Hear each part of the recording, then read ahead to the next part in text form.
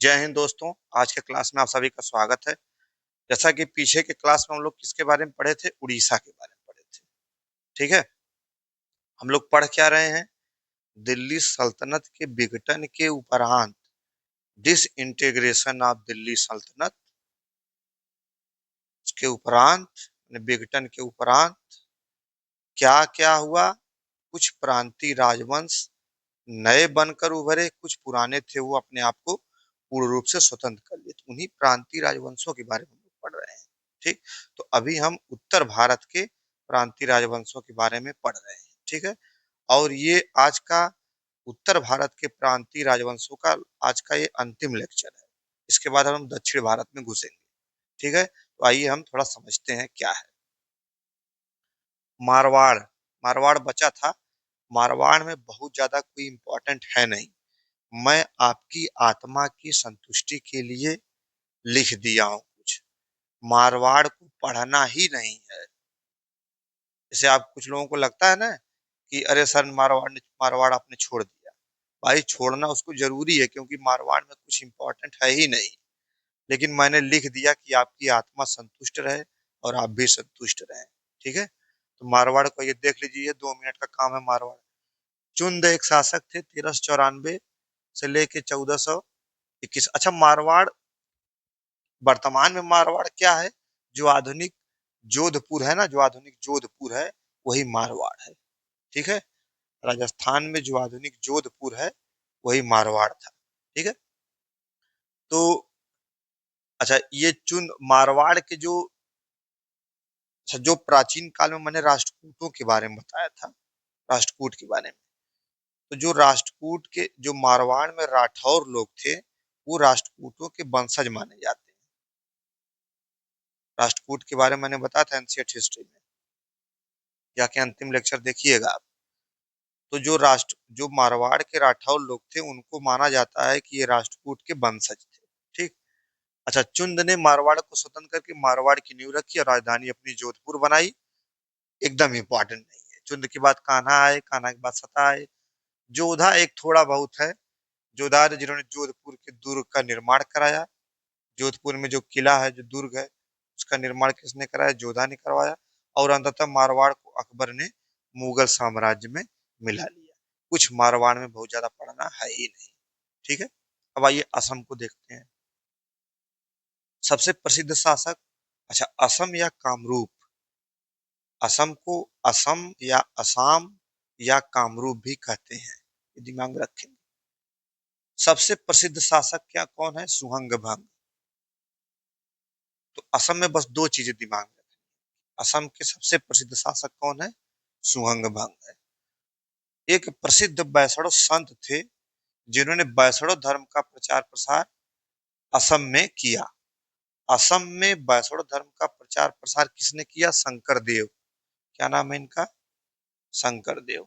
ठीक, तो शंकर देव द्वारा बैसड़ धर्म का प्रचार प्रसार कहाँ किया गया, असम में किया गया, इन्हीं के समय। ये प्रसिद्ध बैसड़ो संत शंकर देव। अब ये देखिए, ये कल्चरल एस्पेक्ट है, कल्चरल पक्ष है, इसलिए इससे क्वेश्चन आ सकते हैं, तो ये इंपॉर्टेंट है। प्रसिद्ध बैसड़ो संत, ये क्या है, ये इंपॉर्टेंट है। ठीक है, प्रसिद्ध बैसड़ो संत शंकर देव द्वारा बैसड़ धर्म का प्रचार प्रसार कहाँ पे, असम। सबसे प्रसिद्ध साधन सुहंग, बस असम में इतना ही पढ़ना है और कुछ नहीं। मारवाड़ हो गया, असम हो गया। तो अब समाप्त हो गया हम लोगों का क्या, उत्तर भारत के प्रांतीय राजवंश। तो दिल्ली सल्तनत तुगलक काल से जब विघटन चालू हुआ तो तमाम प्रांतीय राजवंश उभरे, डिसइंटीग्रेशन ऑफ दिल्ली सल्तनत। ठीक, तमाम प्रांतीय राजवंश उभरे, कुछ तो नए उभरे, कुछ पुराने थे जो अपने आप को पूर्ण रूप से स्वतंत्र कर लिए। लेकिन धीरे धीरे धीरे धीरे दिल्ली सल्तनत का विघटन होता गया। और जब मुगल आए तो मुगलों ने क्या किया कि जो भी दिल्ली सल्तनत से प्रांतीय राजवंश स्वतंत्र हुए थे उनको धीरे धीरे मिलाना चालू किया। तो उत्तर भारत के ज्यादातर प्रांतीय राजवंश अकबर मिला लेगा, और लोग भी मिलाएंगे, लेकिन ज्यादातर उत्तर भारत के जो प्रांतीय राजवंश थे उसको अकबर मिलाएगा, और दक्षिण भारत में शाहजहां और औरंगजेब मिलाएगा। जैसे मैंने आपको बताया था ना कि दिल्ली सल्तनत का सबसे सर्वाधिक साम्राज्य विस्तार किसके काल में हुआ था? किसके काल में? मोहम्मद बिन तुगलक के काल में। इसी प्रकार मुगल साम्राज्य में जाएंगे तो मुगल साम्राज्य का सर्वाधिक राज्य विस्तार किसके काल में होगा? औरंगजेब के काल में। ठीक। तो जिसके समय ज्यादा साम्राज्य विस्तार, उसी समय से क्या होता है? विघटन। यानी कि औरंगजेब के मरने के बाद से ही मुगल साम्राज्य का विघटन चालू हो जाता है। तो आइए थोड़ा इसको समझते हैं मैप से, कैसे कैसे क्या है। ये देखिए मैंने एक मैप बनाया है। ठीक। ये मैप बनाया है, और ये कश्मीर है, उत्तर भारत का जौनपुर, राजपूताना, मालवा, असम, बंगाल, गुजरात, उड़ीसा, ये इतने क्या है? ये उत्तर भारत के प्रांतीय राजवंश है। अब इनमें ज्यादातर को, उत्तर भारत के जो ज्यादातर प्रांतीय राजवंश हैं, इनको कौन मिला लेगा? अकबर मिला लेगा। ठीक। अच्छा, एक चीज और समझिए यहाँ पे कि यहाँ पे एक देखिए मैंने बनाया है कृष्णा नदी। क्या बनाया है? एक कृष्णा नदी बनाया है नीचे की तरफ, और इसी कृष्णा नदी की एक सहायक नदी थी तुंगभद्रा। ये मैंने बनाया तुंगभद्रा नदी, ये कृष्णा नदी। तो कृष्णा नदी और उसकी सहायक तुंगभद्रा नदी के बीच का जो क्षेत्र था, तो दो नदियों के बीच का क्षेत्र को क्या कहते हैं? दोआब। तो ये दोआब कहाँ स्थित था? रायचूर में। इसीलिए इस स्थान को हम क्या कहते थे? रायचूर दोआब। क्या? रायचूर दोआब। तो कृष्णा नदी और तुंगभद्रा नदी दोनों के बीच में जो क्षेत्र था वो रायचूर नाम था उसका। क्योंकि दो नदियों के बीच में इसलिए दोआब है, इसलिए रायचूर दोआब हो गया। तो दोआब का मतलब मैंने आपको कई बार बताया है, फिर बता देता हूँ। दोआब का मतलब होता है सर्वाधिक उपजाऊ क्षेत्र, जहां सबसे ज्यादा फसलें उपजाऊ होती हैं। जैसे धान, उसकी मात्रा, एग्रीकल्चरल सरप्लस, एग्रीकल्चर बहुत ज्यादा, कृषि अधिशेष होता है, खाने से ज्यादा होने लगता है। यानी कि उपजाऊ क्षेत्र में ज्यादा अन्न उगेगा। ठीक। दोआब में ज्यादा अन्न उगेगा। जब ज्यादा अन्न उगेगा तो लोग, वहां जनसंख्या ज्यादा इकट्ठा होगी, तो फिर धीरे धीरे धीरे धीरे वहां क्या फैलेगा? एक सभ्यता पनपेगी, आबादी भी बढ़ेगी, तो धीरे धीरे फिर व्यापार होगा, तमाम चीजें। तो व्यापार होगा तो रिवेन्यू कलेक्शन होगा। जब सबसे ज्यादा रिवेन्यू कलेक्शन होगा, तो जब रिवेन्यू कलेक्शन ज्यादा होगा दोआब से, तो जब यहाँ पे देखा गया कि दोआब है और यहाँ से रिवेन्यू ज्यादा आएगा, यहाँ ज्यादा उपजाऊ क्षेत्र है, ज्यादा अन्न उगेगा, तो अगल बगल के जो जो राजवंश थे, जो प्रांतीय राज्य थे, वो सोचते थे कि इस पे हम लोगों का कब्जा रहे। शुरू से ही दक्षिण भारत में, शुरू से ही ये जो रायचूर दोआब था, दक्षिण भारत में शुरू से ही जितनी शक्तियां होंगी, इस रायचूर दोआब को लेकर आपस में संघर्ष करेंगी। क्यों? क्योंकि रायचूर दोआब से क्या होगा? रिवेन्यू ज्यादा कलेक्ट होगा, ज्यादा रिवेन्यू जनरेट होगा, इसीलिए इस पे लोग कब्जा करना चाहेंगे। तो दक्षिण भारत में जितनी भी शक्तियां हैं, वो ज्यादातर कोशिश करेंगे कि इस रायचूर द्वार पे हम लोग कब्जा करें। तो इसी रायचूर दोआब को में होते हुए एक नीचे राज था विजयनगर, और इधर इसी रायचूर दोआब से ऊपर एक था बहमनी। तो विजयनगर और बहमनी में भी इस क्षेत्र को लेकर, इस रायचूर दोआब को लेकर आपस में संघर्ष हुआ। ठीक है। आगे चल के, हालांकि आगे चल के बहमनी जो है कई छोटे छोटे प्रांतों में टूट जाता है। 5 प्रांतों में टूटता है, 1 2 3 4 5 मैंने बनाया है। 5 प्रांतों में ये बहमनी आगे चल के टूट जाता है। बीजापुर, गोलकुंडा, बीदर, बरार, ऐसे करके 5 राज्यों में टूट जाता है। लेकिन फिर उसको धीरे धीरे आगे शाहजहां और औरंगजेब इसको मुगल साम्राज्य में उन सबको फिर मिला लेते हैं। ठीक है। तो ऊपर का देखिए ना, दिल्ली सल्तनत का विघटन हो रहा है, तो धीरे धीरे मुगल जो है, मुगल शासक उत्तर भारत को मुगल साम्राज्य में मिला रहे हैं। ठीक। इसी प्रकार फिर आगे चल के बहमनी और विजयनगर को भी आगे चल के मिलाएंगे। कौन? मुगल शासक।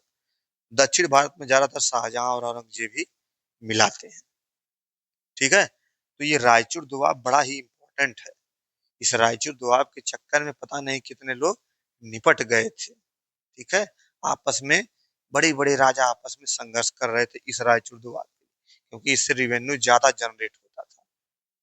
ठीक है, तो कृष्णा नदी और तुंगभद्रा नदी के बीच का जो क्षेत्र था यही रायचूर दोआब है। अच्छा अच्छा, यहीं पे देखिए बीजापुर के यहीं पे गोवा था। मैंने आपको बताया था कि गोवा, बताया था नहीं, बताऊंगा जब आपको क्या पढ़ाऊंगा, आधुनिक इतिहास पढ़ाऊंगा, उसमें मैं आपको बताऊंगा कि गोवा में यहाँ पे बीजापुर के आदिल शाही सुल्तान थे गोवा में, और पुर्तगाली, इन दोनों के बीच में गोवा के लेकर भी संघर्ष होता है। ठीक है, तो ये भी गोवा के भी 1500 कुछ ईस्वी में होता है। तो अब मतलब कि इस समय पुर्तगाली आ चुके थे, ये भी दिमाग में रखेंगे आप। ठीक है, तो पहले देखिए ना, जैसे देखिए कि दिल्ली सल्तनत में सर्वाधिक राज्य विस्तार किसके समय हुआ? मोहम्मद बिन तुगलक के समय। उसी प्रकार मुगल सल्तनत में, मुगल साम्राज्य में सर्वाधिक राज्य विस्तार किसके समय होगा? औरंगजेब के समय। क्योंकि औरंगजेब उत्तर भारत को जीतते हुए दक्षिण भारत में भी क्या करेगा? अपना साम्राज्य फैलाएगा। ठीक है, तो ये अब इतना, ये सब के बारे में तो हम लोग पढ़ चुके हैं, और इन सब को लगभग मुगल शासक मिला चुके हैं। तो बचा कौन अब? बहमनी और विजयनगर। तो अब हम किसके बारे में पढ़ेंगे? बहमनी और विजयनगर के बारे में पढ़ेंगे, जो कि दक्षिण भारत का प्रांतीय राजवंश है। लेकिन आज नहीं पढ़ेंगे, सबसे पहले हम क्या उठाएंगे? विजयनगर के बारे में।